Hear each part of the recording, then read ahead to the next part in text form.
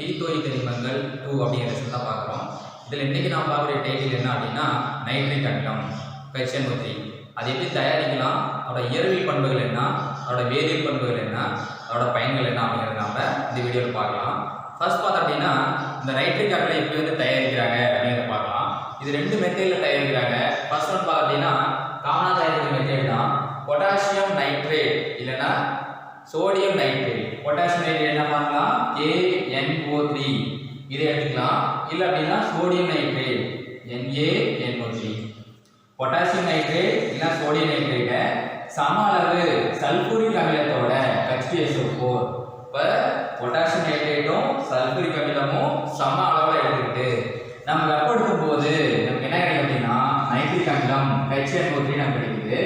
மீதி என்ன இருக்கு பாருங்க, இதில் கூடி NO3, இதில் கூடி ஒரு H வாங்கிட்டு HNO3 போயிடுச்சு. இப்போ மீதி இங்கே K இருக்கும், இதில் HSO4 இருக்கும், அது ரெண்டு சேர்ந்து KHSO4 கிடைக்கும். சோடியம் பைசல்பேட் கிடைக்கும். இதில் எடுத்தீங்கன்னா சோடியம் பைசல் கிடைக்கும். இதில் பார்த்தீங்கன்னா பொட்டாசியம் பைசல்பேட் கிடைக்கலையா இருக்கும். அதே தான் இருக்கிறத பாருங்க, சோடியம் நைட்ரேட் பதிலாக பொட்டாசியம் நைட்ரேட் பதிலாக சோடியம் நைட்ரேட் எடுத்தீங்கன்னா என்ன வரும், H2SO4. இதை ரியாக்ட் பண்ணோம் அப்படின்னா இதே மாதிரி HNO3 நமக்கு கிடைக்கும். இதில் கூடிய NO3யும் இதில் கூடிய ஒரு H சேர்ந்து HNO3 நைட்ரிக் கிடைக்குது. ப்ளஸ் அது கூட என்ன இருக்குன்னா இந்த Naவும் HSO4 மைனஸ் இதில் கூடிய Na ப்ளஸும் இதில் கூடிய HSO4 மைனஸ் சேர்ந்து நமக்கு NaHSO4 அப்படின்னு கிடைக்கும். சோடியம் பைசல்பேட் கிடைக்கலையா இருக்கும். இதான் வந்து சம அளவில் பொட்டாசியம் நைட்ரேட் இல்லைன்னா சோடியம் நைட்ரேட்டை சல்பூரிக் அமிலத்தோடு வினைப்படுத்தும் போது நமக்கு நைட்ரிக் அமிலம் கிடைக்குது. இது ஒரு மெத்தட். இந்த நைட்ரிக் அமிலம் வந்து கொஞ்சம் வெப்பத்தை அதிகப்படுத்தும் போது என்ன அப்படின்னா சிதைவடையக்கூடியதாக இருக்கும். அப்போ நைட்ரிக் அமிலம் சிதைவடையாமல் இருக்கிறதுக்கு நாம் முடிந்த அளவு வெப்பநிலை வந்து குறைவான நிலையை நாம் வச்சுக்கணும். வெப்பத்தை வந்து கம்மியான ஸ்டேஜிலே கொண்டு போயிட்டு இருக்கணும். இது என்ன பண்ண அப்படின்னா நமக்கு பார்த்துருப்போம் புகையும் நைட்ரிக் அமிலம் அப்படின்னு சொல்லுவோம். அது போது அதோட ஆக்சைடுகளாக அதை வந்து உள்ள வந்து இருக்கக்கூடியதாக இருக்கும். புகையும் நைட்ரிக் அமிலம் நம்முடைய லேப்ல இருக்கக்கூடிய முக்கியமான அமிலங்கள் சொல்லணும் அப்படின்னா அதில் சல்பூரிக் அமிலம், நைட்ரிக் அமிலம், அதே மாதிரி ஹைட்ரோலிக் அமிலம் தான். இதெல்லாம் பார்த்தோம் அப்படின்னா ஒரு முக்கியமாக இருக்கக்கூடிய அமிலங்கள். இது வந்து சிதைவடையக்கூடிய தன்மையுடையதாக இருக்குது. கொஞ்சம் வெப்பத்தை அதிகப்படுத்தினோட என்ன பண்ணோம் அப்படின்னா சிதைவடையக்கூடிய நேச்சர் இருக்கும். இது என்ன பண்ணோம் அப்படின்னா நைட்ரிக் அமிலம் HNO3 சிதைவடைந்து எப்படி சிதைவடையுது அப்படின்னு பார்த்தீங்கன்னா நைட்ரஜன் டை ஆக்சைடு NO2ஆகவும் சிதைவடையும், பிளஸ் H2O பிளஸ் O2ஆ நமக்கு சிதைவடையுது. இப்போ நைட்ரிக் அமிலம் கொஞ்சம் வெப்பம் அதிகமாச்சுன்னா கூட அது சிதைவடைந்து நைட்ரஜன் டை ஆக்சைடையும் நீர் மற்றும் ஆக்சிஜன் கொடுக்கக்கூடியதாக இருக்கும். சப்போஸ் நான் 4 எடுத்தேன் அப்படின்னா நமக்கு 4NO வரும். ஹைட்ரஜன் பாருங்க 2 4 இருக்குது, இங்கே 2 போட்டோம் அப்படின்னா 2 4. ஆக்சிஜன் பார்த்தீங்கன்னா 4 12, இங்கே ஒரு 8 இருக்கு, இங்கே ஒரு 10, இங்கே 2 12. அப்போ நைட்ரிக் அமிலம் வந்து முடிந்தளவு குறைவான வெப்பநிலையில நம்ம வச்சுக்கணும். வெப்பத்தை அதிகப்படுத்தும் போது அது சிதைவடைந்து அதோட ஆக்சைடுகளாக மாறிடுது. ஓகேங்களா, இது ஒரு மெத்தட். அடுத்தது 2வது மெத்தட் பார்த்தோம் அப்படின்னா வணிக ரீதியில் அதிக அளவில் தயாரிக்கக்கூடிய ஒரு மெத்தட். வணிக ரீதியிலான முறை. அந்த முறை என்னன்னு சொல்லி பார்த்தோம் அப்படின்னா ஒரு முக்கியமான விஷயம்.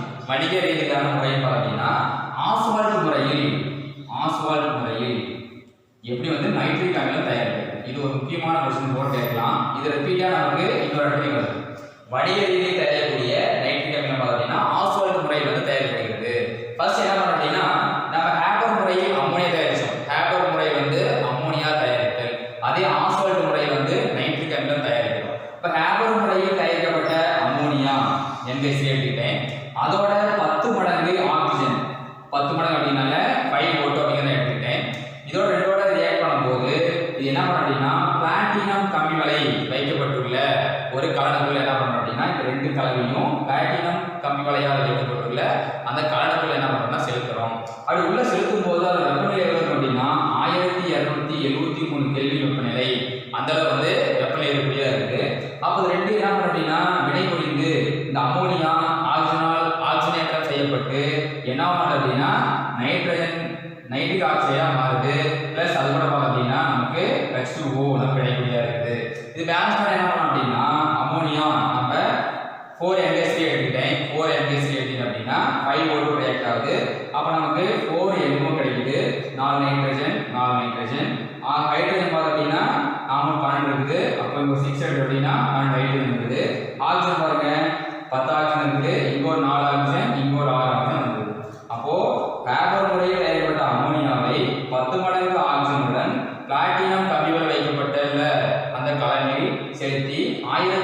173 கேள்வி ஏற்படுத்தும் போது அது அமோனியா ஆக்சிஜனால் ஆக்சிஜனேற்றம் செய்யப்பட்டு என்ன ஆகுது அப்படின்னா நைட்ரிக் ஆக்சைடா மாறுது.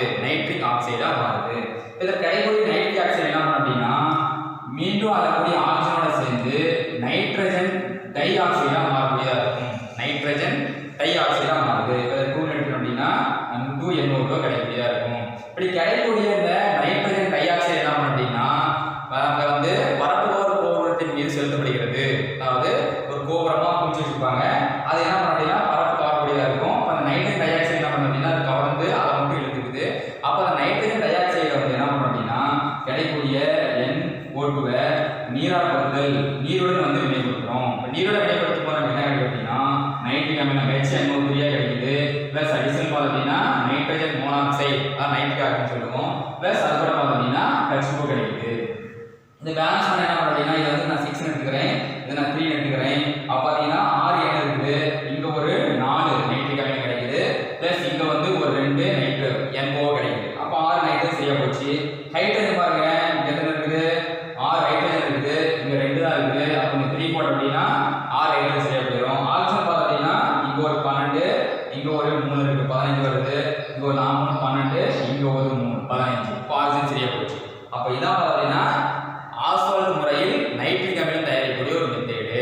என்ன பண்றோம், அமோனியாவை 10 மடங்கு ஆக்சிஜனோட சேர்த்து பிளாட்டினம் அயனைடு நிலையில 1270 கேள்வியில் ஏற்படுத்தும் போது நைட்ரிக் ஆக்சைடு கிடைக்குது. அந்த நைட்ரிக் ஆக்சைடு வந்து ஆக்சிஜனோட சேர்ந்து நைட்ரஜன் டை ஆக்சைடா மாறுது. அந்த நைட்ரஜன் டை ஆக்சைடை நீரோட நீரா போகும்போது நமக்கு நைட்ரிக் அமிலம் கிடைக்குது. இதான் வந்து ஆஸ்வால்ட் முறையில் நைட்ரிக் அமிலம் தயாரித்தல். ஓகேங்களா? இந்த 2 மெத்தேட்ல என்ன பண்றது, நைட்ரிக் தயாரிச்சோம். அடுத்தது இதோட பண்புகள் அப்படின்னா அப்படின்னா இதோட பண்புகள். இந்த நைட்ரிக் அமிலம் தூய நைட்ரிக் அமிலமா இருக்கும். தூய நைட்ரிக் அமிலமா இருந்துச்சு அப்படின்னா அது நிறமற்றதா இருக்கும். தூய HNO3 அப்படின்னா நிறமற்றது. இது வந்து எந்த நிறமே கிடையாது. இதோட கொதிநிலை ஃபர்ஸ்ட் பாயிண்ட் அப்படின்னா தூய நைட்ரிக் அமிலம் நிறமற்றது. இதோட கொதிநிலை அப்படின்னா எவ்வளவு இருக்கும் சொன்னோம் அப்படின்னா 86 டிகிரி செல்சியஸ். 86 degree Celsius. அடுத்தது இந்த நைட்ரிக் அமிலம் என்ன பண்ணும் அப்படின்னா முழுவதும் நீரோட கலந்து கொதிநிலை மாறா கலவையா மாறக்கூடியதா இருக்கும். நம்ம கொதிநிலை மாறாத கலவை எப்படி பிரித்தெடுக்கலாம் அப்படிங்கிறத நம்ம 11லேயே நம்ம பார்த்துருக்கோம். அதே தான் கொதிநிலை மாறாத கலவையா மாறிடுச்சு. அப்போ 98% நைட்ரிக் அமிலமா இருந்துச்சு அப்படின்னா அதோட கொதிநிலை 120.5 டிகிரி செல்சியஸா இருக்கும். 120.5 டிகிரி செல்சியஸா இருக்கும். இந்த நைட்ரிக் அமிலம் என்ன பண்ணும் அப்படின்னா நான் ஆல்ரெடி பார்த்துருக்கேன், புகையில் நைட்ரிக் அமிலம். அந்த புகையில் நைட்ரிக் அமிலத்தில் என்ன இருக்கும் அப்படின்னா அதோட ஆக்சைடுகளாக வந்து மாறிக்கூடியதாக இருக்கும். புகை நைட்ரிக் அமிலம் வந்து அதோட ஆக்சைடாக மாறும்.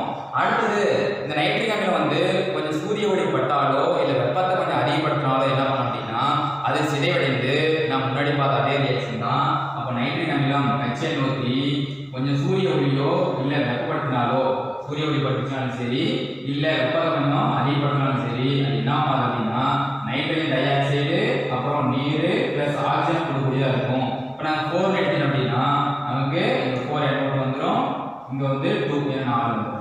இது மாதிரி சிதையடையக்கூடிய நேச்சுரல் தான் இருக்குது. ஓகேங்களா? அடுத்து பார்த்தீங்கன்னா இந்த தூய நைட்ரிக் அமிலம் வந்து நிறமற்றம்னு சொன்னோம். அதே மாதிரி தூய நைட்ரிக் அமிலமாக இருக்கலாம், இல்லைன்னா அடர் நைட்ரிக் அமிலம் அப்படின்னு பார்த்தோம் அப்படின்னா இது கொஞ்சமா அந்த ஆக்சைடாக மாறும்போது அதோட நிறம் வந்து மஞ்சள் நிறமாக மாறுறதுக்கு ஒரு காரணமாக இருக்குது. அப்போ அடர் நைட்ரிக் அமிலம் தான் வந்து என்ன பண்ணும் அப்படின்னா மஞ்சள் நிறமாக மாறுது. அதே நம்ம நீர்த்த நைட்ரிக் அமிலம் இருந்துச்சு அப்படின்னா அந்த அளவு மஞ்சள் நிறம் மாறாது. ஏன்னா அதோட செறிவு வந்து கம்மியாக இருக்கிறதுனால சிதையடையக்கூடிய நேச்சர் வந்து கம்மியாக இருக்கும். ஆனால் அந்த அடர் நைட்ரிக் அமிலம் எடுத்துட்டு அப்படின்னா கான்சன்ட்ரேஷன் அதிகமாக இருக்குது. அப்போ ஈஸியாக என்ன பண்ணணும் அப்படின்னா அதோட ஆக்சைடாக மாறக்கூடியதாக இருக்கும். அப்போ அது மஞ்சள் நிறமாக மாறதுக்கு முக்கியமாக இருக்குது. இந்த நைட்ரிக் அமிலம் முக்கியமாக பார்த்தீங்கன்னா முக்கியமான ஒரு பாயிண்ட் சொல்லலாம், இது வந்து ஒரு ஆக்சிஜன் ஏற்பியாக பயன்படக்கூடியதாக இருக்குது. இது வந்து ஆக்சிஜன் ஏற்பியாக பயன்படுது. அப்போ இதோட ஆக்சிஜன் நிலை நைட்ரிக் அமிலத்தில் இருக்கக்கூடிய HNO3 ஆக்சிஜன் நிலை பார்த்தீங்கன்னா இதில் ஒரு நைட்ரஜன் அப்படின்னு பார்க்கலாம்.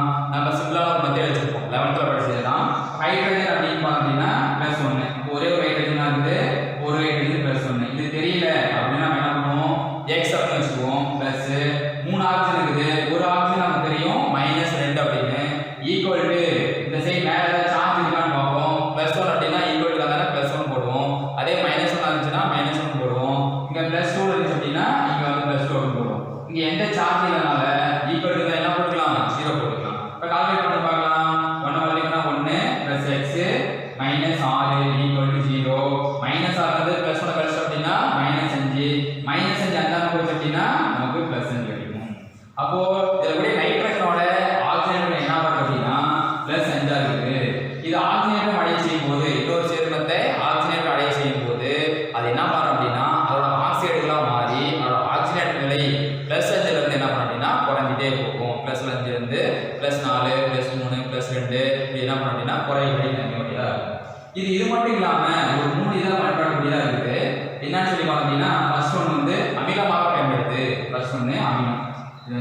அமிலமாக பயன்படக்கூடியதாக இருக்கும். செகண்ட் பார்ட் அப்படின்னா ஆக்சிஜனேற்றியாக பயன்படுது. முன்னாடி சொன்னோம் ஆக்சிஜனேற்றியாக பயன்படக்கூடியதாக இருக்குது.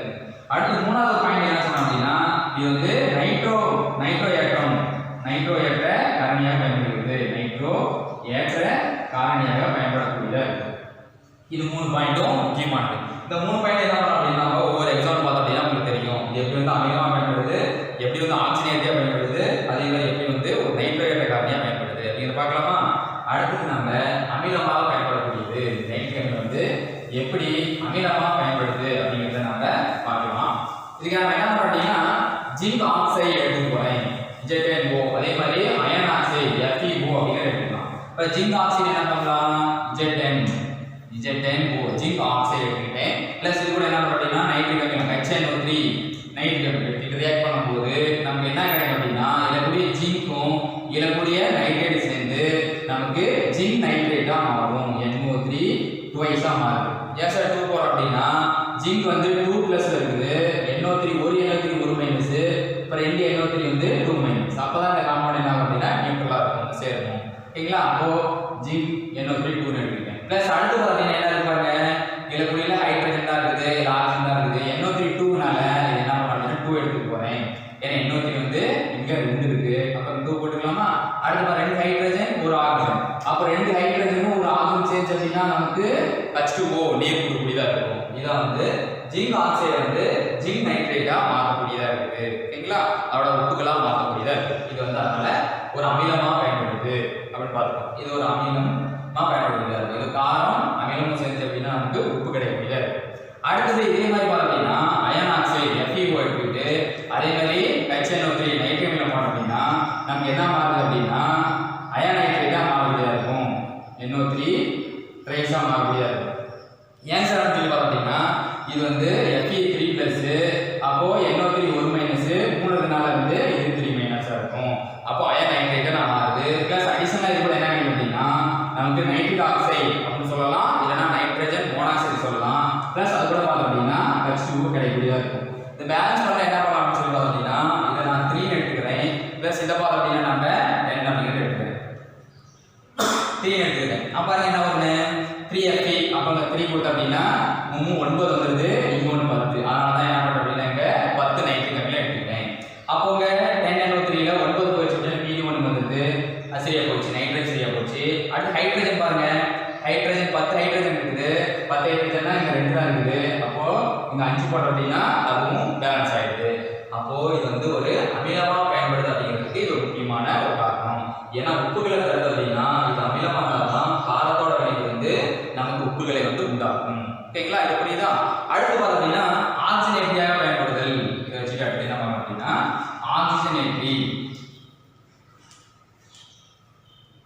ஆக்சிஜனேற்றியாக நைட்ரிக் அமிலம் எப்படி வந்து நைட்ரிக் அமிலம் வந்து ஒரு ஆக்சிஜனேற்றியா பயன்படுது அப்படிங்கிறத பார்க்கலாம். இதுக்கு ஒரு சிம்பிளான ஒரு கான்செப்ட் நமக்கு தெரிஞ்சிருக்கணும். என்னன்னு சொல்லி பார்த்தோம் அப்படின்னா அடர் நைட்ரிக் அமிலம், அடர் HNO3 அது வந்து எப்படி நமக்கு ஆக்சிஜனேட் அடைந்து எப்படி மாறும் அப்படின்னு சொல்லி பார்த்தோம் அப்படின்னா நமக்கு NO2 பிளஸ் H2O கொடுக்கக்கூடியதா இருக்கும். நைட்ரஜன் டை ஆக்சைடையும் நீரையும் கொடுக்கக்கூடியதா இருக்கும். அதே நீர்த்த நைட்ரிக் அமிலமா இருந்துச்சு அப்படின்னா நீர்த்த HNO3 இருந்துச்சு அப்படின்னா நமக்கு என்ன பண்ணுதுன்னா நைட்ரஜன் மோனாக்சைடு பிளஸ் H2O கொடுக்கக்கூடியதா இருக்கும். இது ரெண்டு நல்லா ஞாபகம் வச்சுக்கோங்க. அப்போ அடர் நைட்ரிக் அமிலமா இருந்துச்சு அப்படின்னா நைட்ரஜன் டை ஆக்சைடையும் நீர் மூலக்கூறையும் கொடுக்கும். அதே நீர்த்த நைட்ரிக் அமிலமா இருந்துச்சு அப்படின்னா நைட்ரஜன் மோனாக்சைடையும் நீரையும் கொடுக்கக்கூடியதா இருக்கும். இது ஒரு பாயிண்ட். அடுத்து பார்த்தீங்கன்னா இந்த ஒவ்வொரு எலமெண்ட் எப்படி வந்து ஒவ்வொரு தனிமும் எப்படி ஆக்சிஜனேற்றம் அடையும் அப்படின்னு பார்த்தீங்கன்னா கார்பனா இருந்துச்சு அப்படின்னா அது கார்பன் டை ஆக்சைடு ஆக்சிஜனேற்றம் அடையும். சல்ஃபரா இருந்துச்சு அப்படின்னா அது வந்து சல்பூரிக் அமிலம் H2SO4 ஆக்சிஜனேற்றம் அடையும். அதே பாஸ்பரஸா இருந்துச்சு அப்படின்னா அது வந்து பாஸ்பாரிக் அமிலம் H3PO4 ஆக்சிஜனேற்றம் அடையும்.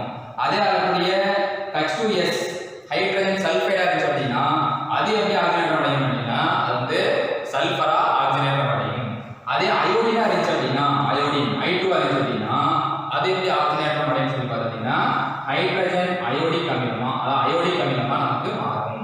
இது வந்து அயோடிக் அமிலமா மாறுது. இதான் வந்து ஒவ்வொன்றும் எப்படி வந்து ஆக்சிஜனேற்றம் அடையுது அப்படிங்கிறத சொல்லியிருக்கோம். அப்போ ஒவ்வொன்றும் எப்படிலாம் ஆக்சிஜனேற்றம் அடையுது அப்படிங்கிறத ஒரு வினையை நம்ம பார்க்கலாமா? இது நமக்கு உங்களுக்கு நல்லா தெரிஞ்சிருக்கணும். கார்பனா இருந்துச்சுன்னா CO2 ஆக்சிஜனேற்றம் அடையும், சல்ஃபரா இருந்துச்சு அப்படின்னா H2SO4, அதே பாஸ்பரஸ்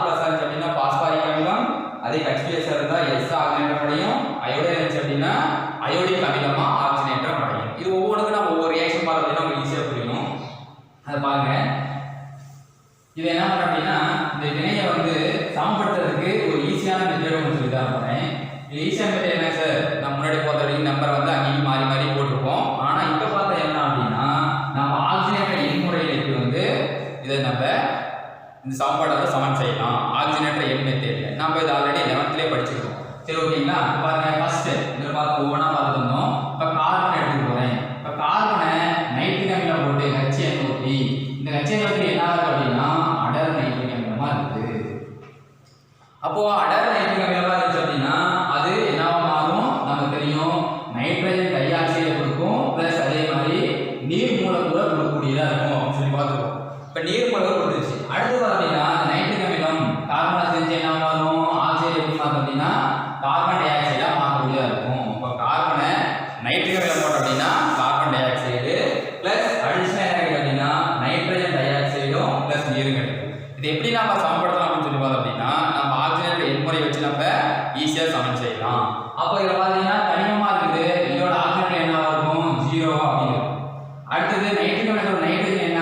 நம்ம ஆல்ரெடி முன்னாடியே பார்த்துருக்கோம். இது வந்து +5 இருக்கும் அப்படின்னு ஆல்ரெடி முன்னாடியே பார்த்துருக்கோம். அடுத்து பார்த்தீங்கன்னா இதில் பார்க்கும்போது கார்பன் என்ன வரும்? ஒரு ஆக்சிஜனுக்கு -2. அப்போ 2 ஆக்சிஜன் அப்படின்னா இது -4. அப்போ இது என்ன வரும் அப்படின்னா +4 இருக்கும். அடுத்து இதில் பார்த்தீங்கன்னா ஒரு ஆக்சிஜனுக்கு -2. அப்போ இது -4. இது வந்து +4 இருக்கு. ஓகேங்களா? இப்போ பாருங்க கார்பன் இது ரெண்டையும் எடுத்துக்கலாம். அப்போ என்ன பண்ணுது? இதில் 0ல இருந்து +4. அப்போ 0 +4 அப்படின்னு எத்தனை எலக்ட்ரான் வருது? 4 எலக்ட்ரான் வருது. அடுத்து நைட்ரஜன் பாருங்க N2 எடுத்துட்டோம் அப்படின்னா இது 5ல இருந்து இங்க 4. அப்போ இது ஒரே ஒரு எலக்ட்ரான் தான் அதிகமாகுது, குறையுது. +5ல இருந்து +4. அப்போ ஒரே எலக்ட்ரான் தான் இதுல வந்து மாறக்கூடியதா இருக்கு. இதில் பார்த்தீங்கன்னா 4 எலக்ட்ரான் வருது. அப்போ கார்பன்ல 4 எலக்ட்ரான், இந்த நைட்ரஜன் பார்த்தீங்கன்னா ஒரே ஒரு எலக்ட்ரான் தான். அப்போ என்ன பண்ணணும் அப்படின்னா இது இங்கேயும் நாம என்ன பண்ணா கிராஸ் மல்டிப்ளிகேஷன் பண்ணிக்கணும். வேற ஒன்றும் இல்லை. இதுல வந்து 4 வருது. ஏன்னா இங்க 0வா இருக்கு +4 4 எலக்ட்ரான் இன்வால்வ் ஆகுது. இது பார்த்தா +5ல இருந்து +4 அப்போ ஒரு எலக்ட்ரான் இன்வால்வ் ஆகுது. அப்போ இது ரெண்டு என்ன பண்ணணும் அப்படின்னா கிராஸ் மல்டிப்ளிகேஷன் பண்ணலாமா? அது பண்ண என்ன பாருங்க ஒரே ஒரு கார்பன் பிளஸ் இது பார்த்தீங்கன்னா 4 HNO3. அப்போ என்ன வரும்? இந்த சைடுல பார்த்தீங்கன்னா CO2 NO2 H2O. இது அப்படியே எழுதிட்டு இப்போ பாருங்க கிராஸ் பண்ணி பார்க்கலாம். ஒரு கார்பன் இருக்குது, ஒரு கார்பன் சரியா போச்சு. அடுத்து 4 நைட்ரஜன் இருக்குது, இது ஒன்று தான் இருக்குது. அப்போ இந்த 4 போட்டோம் அப்படின்னா 4 நைட்ரஜன் சரியா போச்சு. அடுத்து ஹைட்ரஜன் பாருங்க இங்க 4 ஹைட்ரஜன் இருக்குது, இங்க 2 தான் இருக்குது. அப்போ இங்க 2 போட்டோம் அப்படின்னா சரியா போயிடும். அடுத்து ஆக்சிஜன் பாருங்க 4 12, இங்க ஒரு 2 இருக்குது, இங்க ஒரு 8 இருக்குது, பிளஸ் இங்க 2 பார்த்தோம் அப்படின்னா இருக்குது. இப்போ 10 2 12, இந்த சைடு பார்த்தோம் அப்படின்னா 12. இப்போ ஆக்சிஜன் வந்து சமன் செய்யப்பட்டதா மாறிடுச்சு. இல்லைங்களா? அப்போ இந்த சமன்பாடு வந்து சமன் செய்யப்பட்ட சமன்பாடா மாற்றிட்டோம். அடுத்தது ரெண்டாவதா பார்த்தோம் அப்படின்னா நம்ம அடிப்படை பார்த்ததுதான் பாஸ்பரஸ் எடுத்துக்கலாம். இப்போ பாஸ்பரஸை நைட்ரிக் அமிலம் இதுவும் அடர் நைட்ரிக் அமிலம் தான் போட்டு ரியாக்ட் பண்ணும்போது பாஸ்பரஸ் எப்படி ஆக்சிஜன் அடையும்? பாஸ்பாரிக் அமிலம் H3PO4 ஆட்டோ பாஸ்பாரிக் அமிலம் சொல்லலாம், இல்லைன்னா பாஸ்பாரிக் அமிலம் சொல்லலாம் நடக்கலாம். அப்போ அடர் நைட்ரிக் அமிலம் எப்படி நம்ம பிரிச்சு சொல்லி பார்த்துருக்கோம்? NO2 பிரியும் பிளஸ் H2O பிரிக்கூடியதா இருக்கும். இதையும் நம்ம அதே மாதிரி மெத்தட்ல பண்ணலாமா? பாருங்க இது வந்து எலமெண்ட் ஸ்டேட்னால தனிமா இருக்கனால 0. இங்க பார்த்தீங்கன்னா என்ன வருதுங்க? ஒரு ஆக்சிஜனுக்கு -2, இப்போ 4 ஆக்சிஜனுக்கு -8. அப்போ இது வந்து ஒரு ஹைட்ரஜனுக்கு +1, இப்போ 3 ஹைட்ரஜனுக்கு +3. இப்போ இது +3 நான் என்ன வந்துருக்கணும்? +5 வந்தாதான் இது வந்து நியூட்ரல் ஆகும். +5ம் +3ம் +8, இது -8. ஓகேங்களா? பாருங்க எத்தனை வந்து 0ல இருந்து எத்தனை வந்து 5 எலக்ட்ரான் வந்து 5 எலக்ட்ரான் வந்து இதுல மாறக்கூடியதா இருக்கு. அடுத்து இதில் பார்த்தீங்கன்னா ஆல்ரெடி பார்த்தது தான் +5ல இருக்குது, இந்த சைடில் பார்த்தீங்கன்னா +4ல இருக்குது. இதில் எத்தனை எலக்ட்ரான் பார்த்தீங்கன்னா ஒரே ஒரு எலக்ட்ரான் தான் இன்வால்வ் ஆகுது. இதில் பார்த்தீங்கன்னா ஒரு பாஸ்பரஸுக்கு 5 எலக்ட்ரான்னா இந்த 4 பாஸ்பரஸ் இருக்குது. அப்போ என்ன பண்ணுறீங்கன்னா 4ஆல் பெருக்கி போகிறோம். அப்போ 4 5 20 எலக்ட்ரான். இதில் பார்த்தீங்கன்னா ஒரே ஒரு எலக்ட்ரான் தான். அப்போ இதை வந்து கிராஸ் மல்டிப்ளிகேஷன் இதுக்கு கிராஸ் மல்டிப்ளிகேஷன் பண்ணுங்க, இது இந்த சைடு பண்ணிக்கலாம். அப்போ என்ன சொல்லி பார்க்கலாம்? இது 1ஆல் பெருக்கணும் அப்படின்னா அதே தான். அப்போ P4 இதை 20ஆல் மல்டிப்ளை பண்ணோம் அப்படின்னா 20 HNO3 ஜீரோ சிந்தாங்க அப்படியே எழுத கேன்சல் பண்ணிக்கலாம். +3PO4 NO2 H2O. இது பாருங்க இந்த 4 பாஸ்பரஸ் இருக்கா? அப்போ ஒன்று தான் இருக்குது, அப்போ 4 போட்டுக்கலாம். அடுத்தது 20 NO3 இருக்கு. அப்போ இந்த இடத்துல என்ன வரும் அப்படின்னா 20 NO2 போட்டாச்சு. ஹைட்ரஜன் பாருங்க 20 ஹைட்ரஜன் இருக்குது. அப்போ இங்க ஒரு 12 இருக்குது. அப்ப 12 8 தான் வரும். 8னா 4 2 8. 4H2 போட்டோம் அப்படின்னா இதுவும் சமன் செய்யப்பட்ட சமன்பாடா மாறிடுச்சு. ஓகேங்களா? இந்த மெத்தட் ஈஸியா இருக்கும் அப்படின்னு நினைக்கிறேன். இது வந்து ஆல்டர்னேட்டிவ் யூஸ் பண்ண முடியும். அடுத்து பார்த்தீங்கன்னா இன்னும் ஒரு 4 இருக்கு. அது அடுத்தது தேவைன்னா பார்த்தீங்கன்னா சல்ஃபர் எடுக்கலாம். சல்ஃபர் என்னவா ஆல்டர்னேட்டிவ் அடையும்? சல்ஃபர் வந்து சல்ஃபூரிக் அமிலமா ஆல்டர்னேட்டிவ் அடையக்கூடியதா இருக்கும். ஓ சல்ஃபர் அது கூட நைட்ரிக் அமிலம் HNO3 இது என்னவா இருக்கு அப்படின்னா நீர்த்த நைட்ரிக் அமிலமா எடுத்துக்கணும். HNO3 நீர்த்த தான் எடுத்துக்கணும். அப்போ சல்ஃபர் வந்து சல்ஃபூரிக் அமிலம் H2SO4 ஆக்சைடு அடையக்கூடியதா இருக்குது. பிளஸ் அடிஷனல் என்ன கிடைக்கும்? நம்ம நீர்த்ததா இருந்துச்சு அப்படின்னா நைட்ரிக் ஆக்சைடு NO தான் கிடைக்கும். அப்போ NO பிளஸ் H2O நமக்கு கிடைக்கக்கூடியதா இருக்கும். இப்போ நம்ம ஆல்டர்னேட் என்வல் பேலன்ஸ் பண்ணலாமா? பாருங்க சல்ஃபர் இங்க வந்து 0 ஸ்டெப்ல இருக்கு. இங்க பாத்தீங்கன்னா நைட்ரஜன் பாத்தீங்கன்னா +5 இருக்கு. இதுல போய் சல்ஃபர் என்ன வரும் பாருங்க. ஒரு ஆக்சிஜனுக்கு -2 அப்ப 4 ஆக்சிஜனுக்கு இது -8 இப்போ 2 ஹைட்ரஜனுக்கு இது +2 அப்போ சல்ஃபர் என்னவா இருக்கணும்? +6 ஆ தான் அந்த மூலக்கூறு வந்து சமமா இருக்கும். நடுநிலை தன்மையோடயா இருக்கும். அப்போ +6. அடுத்து இதுல பாத்தீங்கன்னா ஒரு ஆக்சிஜனுக்கு -2 அப்போ ஒரு நைட்ரஜனுக்கு +2 ஆ இருக்கும். பாருங்க இந்த நைட்ரஜன் எப்படி எடுத்து அப்படின்னா எத்தனை எலக்ட்ரான்? இங்க 5 இங்க 2 அப்ப இதுல வந்து 3 எலக்ட்ரான் வந்து இன்வால்வ் ஆகுது. இதுல பாத்தீங்கன்னா 0ல இருந்து 6 அப்ப இதுல பாத்தீங்கன்னா 6 எலக்ட்ரான் வந்து இன்வால்வ் ஆகுது. ஓகேங்களா? அப்ப என்ன பண்ணலாம்? இதை இங்கேயும் நாம கிராஸ் மல்டிப்ளிகேஷன் பண்ணிக்கலாம். பண்ண என்ன வச்சுட்டு பார்க்கலாம்? 3s இது வந்து 6 HNO3 இந்தானே H2SO4 plus NO plus H2O. இப்போ பேலன்ஸ் பண்ணுங்க. 3s இருக்கா? இங்க ஒரே ஒரு s தான் இருக்குது. அப்ப 3 போட்டுக்கலாமா? சரியா போச்சு. 6NO3 ல பாத்தீங்கன்னா ஒரு NO தான் இருக்குது. அப்பங்க 6NO போட்டுக்கலாமா? அடுத்து ஹைட்ரஜன் பாருங்க. மொத்தம் 6 ஹைட்ரஜன் இருக்குது. 3 × 6 அப்ப அந்த ஹைட்ரஜன் வருமா அப்படின்னா வராது. ஆக்சிஜன் பார்த்தோம் அப்படின்னா நமக்கு 18 இருக்கு. இங்க வந்து 12 இங்க ஒரு 6 18 அப்ப ஆக்சிஜன் வராது. அப்ப நீர் மூலக்கூறு இதுல உருவாகாது. புரியுதுங்களா? அடுத்து பார்த்தோம் அப்படின்னா தேடுவோம். அடுத்தது 4th பார்த்தோம் அப்படின்னா நம்ம சல்ஃபர் பார்த்தோம், பாஸ்பேட் பார்த்தோம். இதையே நம்ம என்ன பண்ணலாம் அப்படின்னா ஈக்குவேஷன் புக்ல எப்படி கொடுத்துருக்கோம் அப்படின்னா வேற ஒன்றும் இல்லை. இந்த முழுவான ஈக்குவேஷனை நம்ம 3ஆல வகுத்தோம் அப்படின்னா என்ன வந்துடும்? இது 3ஆல டிவைட் ஆயிடுமா? அப்ப s மட்டும் வரும். இது 3ஆல டிவைட் பண்ணோம் அப்படின்னா 2 HNO3 வந்திருக்கும். பிளஸ் இது பார்த்தா 3ஆல டிவைட் பண்ணிட்டோம் அப்படின்னா H2SO4 இதே 3ஆல டிவைட் பண்ணோம் அப்படின்னா 2NO. இதை எங்க கொடுப்போம் அப்படின்னா நம்மளுடைய டெஸ்ட் புக்ல கொடுத்தபடி ஈக்குவேஷனா இருக்கு. ஓகேங்களா? அடுத்தது பாத்தீங்கன்னா H2S ஹைட்ரஜன் சல்ஃபைட் இத நைட்ரிக் அமிலம் HNO3 போட்டு நம்ம என்ன பண்ண போறோம் அப்படின்னா ஆக்சிஜனேட் செய்ய போறோம். அப்போ H2S என்னவா மாறும்? சல்ஃபரா மாறும்னு சொல்லி பார்த்திருக்கோம். இது நீர்த்த நைட்ரிக் அமிலம் அப்படிங்கறனால நமக்கு NOவும் H2Oவும் கொடுக்கும். இதே அதே மாதிரி ஆக்சிஜனேட் வச்சு நம்ம பேலன்ஸ் பண்ணிக்கலாம். பாருங்க இல்ல கூட ஹைட்ரஜன் ஒரு ஹைட்ரஜன் வந்து +1 அப்ப இது +2 ஆ இருக்கும். அப்ப இது -2. இதுல நைட்ரிக் அமிலத்துல பாத்தீங்கன்னா ஹைட்ரஜன் வந்து +5 ஆ இருக்கும். இதுல பாத்தீங்கன்னா இது வந்து கனிமமா இருக்கு 0. இதுல பாத்தீங்கன்னா ஹைட்ரஜன் வந்து +2 ஆ இருக்கும். அப்ப இதுல பாருங்க எத்தனை எலக்ட்ரான் வருது? 3 எலக்ட்ரான் வந்து வருது. இதுல பாத்தீங்கன்னா இங்க -2 0. இப்ப பாத்தீங்கன்னா 2 எலக்ட்ரான் வருது. அப்ப என்ன பண்ணுவோம்? இதை இங்கேயும் நம்ம கிராஸ் மல்டிப்ளை பண்ணிக்கலாமா? பண்ணா என்ன வரும்? இது 3ஆல மல்டிப்ளை அப்படின்னா 3H2S பிளஸ் 2ஆல பெருக்கிட்டோம் அப்படின்னா 2HNO3 gives இந்த பாத்தீங்கன்னா சல்ஃபர் அப்புறம் NO plus H2O. இப்போ பேலன்ஸ் பண்ணுங்க. எத்தனை சல்ஃபர் வருது? 3 சல்ஃபர். அதனால இங்க 3 போட்டுட்டேன். அடுத்து NO பாத்தீங்கன்னா 2 வருது. அப்ப இங்க வந்து 2 போட்டுட்டேன். அடுத்து ஹைட்ரஜன் பாருங்க 3 2 6 இங்க 2 8 இருக்குது. அப்ப 8னால இங்க 4 போட்டாச்சு. ஓகேங்களா? ஆக்சிஜன் பாத்தீங்கன்னா 6 ஆக்சிஜன் இருக்குது. இங்க ஒரு 2 ஆக்சிஜன் இங்க ஒரு 4 ஆக்சிஜன் 6 ஆக்சிஜன் செய்ய போச்சு. அப்ப இதுவும் என்ன ஆச்சு அப்படின்னா ஒரு சமன் செய்யப்பட்ட சமன்பாடா மாறிடுச்சு. அடுத்து நான் பாத்தீங்கன்னா இன்னும் ஒண்ணே ஒன்று தான் இருக்கு. அயோடின் இருக்கு. இந்த அயோடினை எப்படி நம்ம ஆக்சிஜன் செஞ்சா என்ன மாறும்? அயோடிக் அமிலமா மாறக்கூடியதா இருக்கும். அயோடின் வந்து அயோடிக் அமிலமா மாறுது. அப்போ I2 எடுத்துக்கிட்டேன். அது நைட்ரிக் அமிலம் நீர்த்த நைட்ரிக் அமிலம் தான் போட போறேன். அப்ப அது என்ன மாறுது அப்படின்னா அயோடிக் அமிலம் HiO3 ஆ மாறுது. பிளஸ் அடிஷனல் என்ன கிடைக்கும்? நீர்த்த அப்படினால நைட்ரிக் ஆக்சைடு பிளஸ் H2O கிடைக்குது. இது நாம என்ன பண்ணலாம்? ஆக்சிஜன் முறையில பேலன்ஸ் பண்ணிக்கலாமா? என்ன பண்ணுங்க? இது வந்து தனிமான 0 இதுல +5 ஆ இருக்கும். இதுல பார்த்தா அயோடின் என்ன வருது? ஒரு ஆக்சிஜன் -2னா இது -6 இது +1 அப்ப கண்டிப்பா இது என்னவா இருக்கும்? +5 வந்தா தான் அந்த மூலக்கூறு வந்து நடுநிலையா இருக்கும். பிளஸ் இதுல பாத்தீங்கன்னா இது நைட்ரஜன் வந்து +2 ஏன்னா இது -2 +2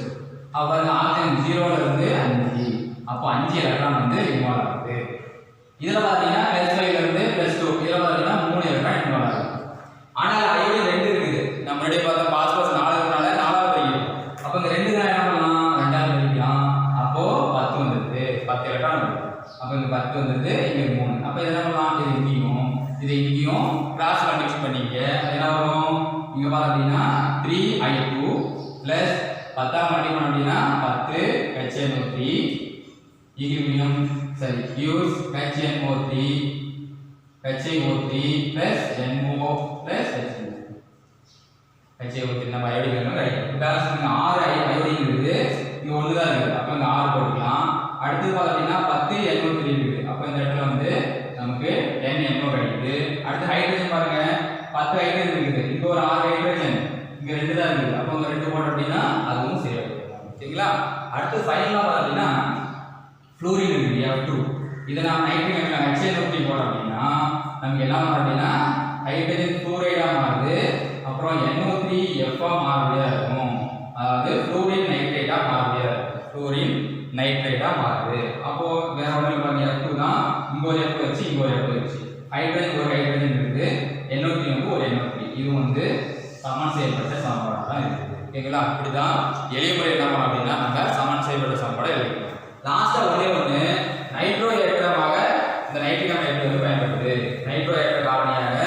நைட்ரிக் அமிலத்தோட எப்படி பயன்படுது அப்படிங்கறத சிம்பிளா ஒரு ரியாக்ஷன் பார்க்கலாம் இது நம்ம ஆர்கானிக்ல இந்த ரியாக்ஷன் பார்ப்போம் இப்போ நைட்ரோ ஏற்ற காரணியாக நைட்ரிக் அமிலம் எப்படி பயன்படும் அப்படின்னு பார்த்தீங்கன்னா பென்சீன் C6H6 இப்படி எடுத்துக்கலாம் இல்ல அப்படின்னா என்ன பண்ணுவோம் பென்சீன் இப்படி போட்டுப்போம் ஒவ்வொரு இடத்துலயும் ஒவ்வொரு ஹைட்ரஜன் இருக்கும்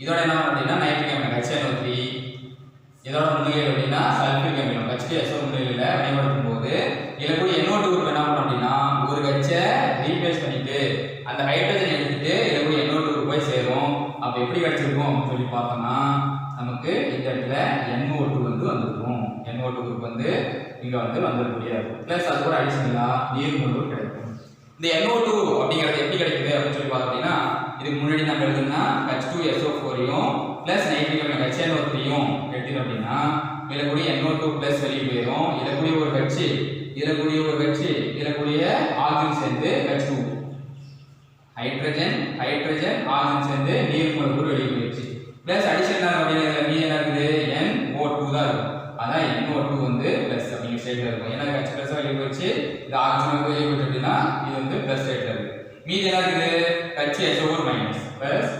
HSO4 மைனஸ் அப்ப இந்த NO2 பிளஸ் தான் என்ன பண்ணும் அப்படினா இதுல போய் வினைபுரிஞ்சு இந்த ஹைட்ரஜனை எடுத்துட்டு அதுக்கு பதிலா இந்த NO2 போய் சேரவே இருக்கும் இத வந்து நைட்ரிக் அமிலம் வந்து ஒரு நைட்ரோ ஏற்ற கலவையா எப்படி பயன்படுத்தும்